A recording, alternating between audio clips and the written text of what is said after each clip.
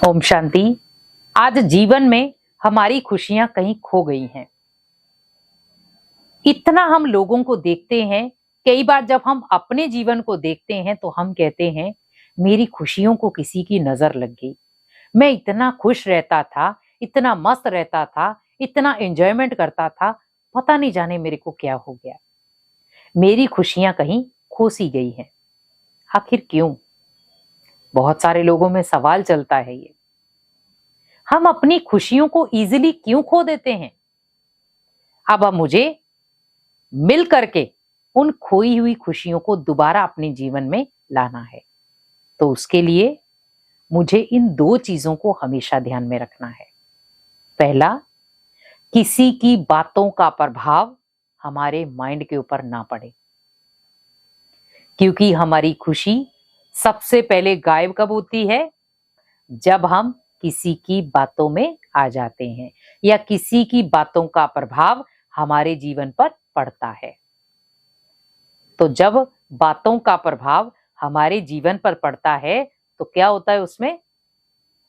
हमारे जीवन में हमें ऐसा लगता है कि जैसे मेरे जीवन में खुशियां थी ही नहीं, और अगर बाई चांस खुशियां आ गई तो किसी की नजर लग गई।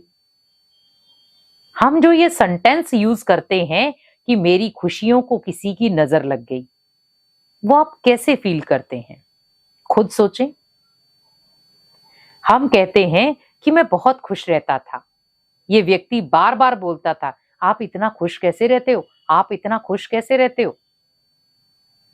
और हम क्या यूज करते थे शब्द? मैं ऐसा ही हूं, मैं खुश रहता हूं, कुछ भी हो जाए मैं अपनी खुशी गुम नहीं करता।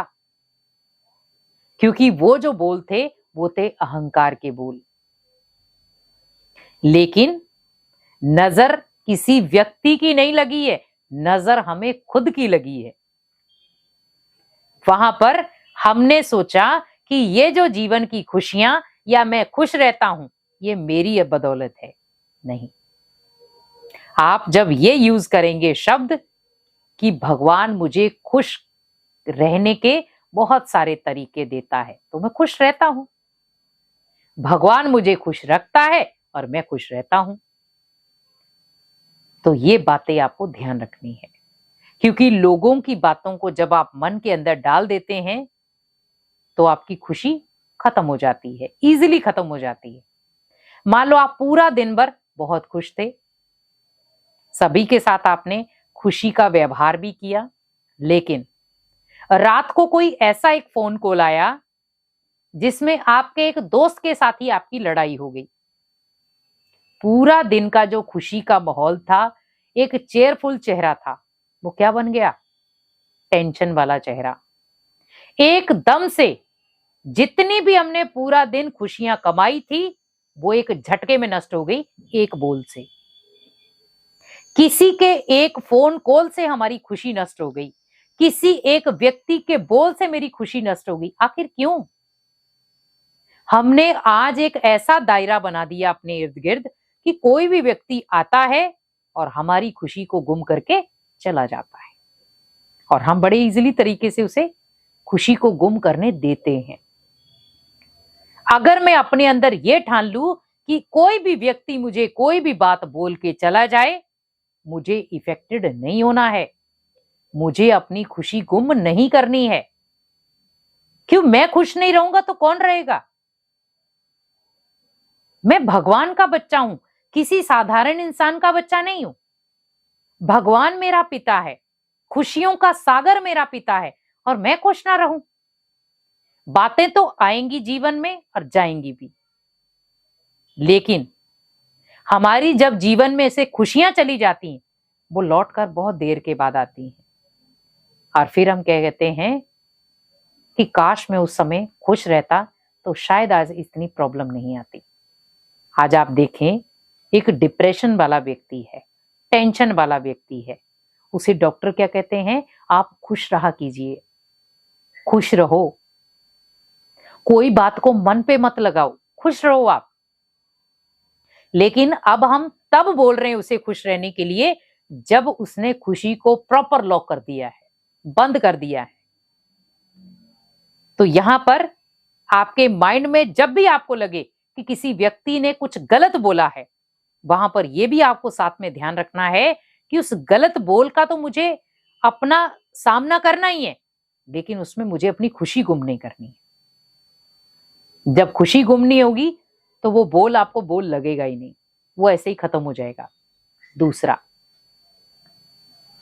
किसी के व्यवहार से या कर्मों से आप इफेक्टेड ना हो, क्योंकि आज ज्यादातर हमारी जो खुशी गायब हो रही है उसका सबसे बड़ा कारण है हम किसी के व्यवहार से इफेक्टेड हो रहे हैं या किसी के कर्म से।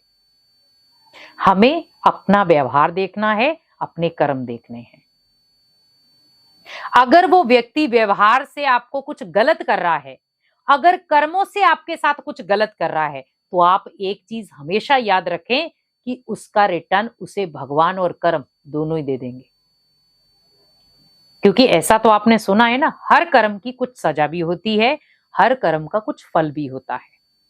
लेकिन जब हम किसी भी चीज को अपने हाथ में उसको ला को उठा लेते हैं और हम सोचते हैं मैं इसका सामना कर लूंगा, इस व्यक्ति का सामना तो मैं ही कर लूंगा, तो वहां पर आपकी खुशी गुम होना लाजमी है। आप ये ध्यान रखें, अगर उसने आपके साथ कुछ गलत कर्म किया भी है तो आप ये सोचें कि भगवान भी बैठा है उस कर्म की सजा देने के लिए, तो मुझे वहां पर अपने हाथ में ला नहीं उठाना है।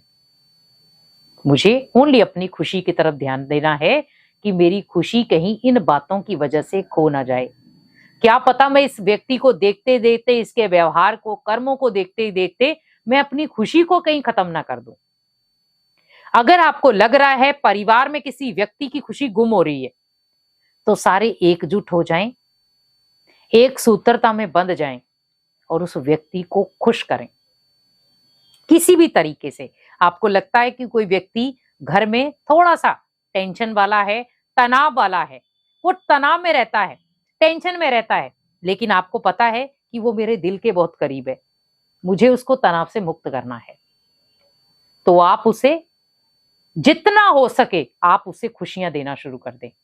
उसे आप जितना हो सके खुशी के वाइब्रेशन देना शुरू हो जाएं कि इसके जीवन में बहुत सारी खुशियां आ गई, ये व्यक्ति बहुत खुश है, ये बहुत पॉजिटिव भी है, हमारे घर का माहौल बहुत खुशनुमा है।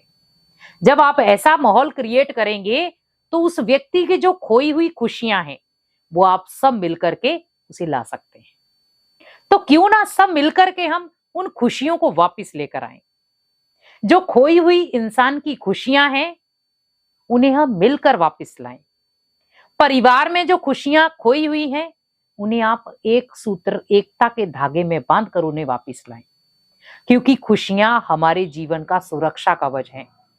जितना आप खुश रहेंगे उतना आप तंदुरुस्त भी रहेंगे, उतना आप सकारात्मक भी रहेंगे और उतना आपके घर में सुख शांति का माहौल भी बना रहेगा। इसीलिए खुश रहें और सभी को खुशियां बांटें। ओम शांति।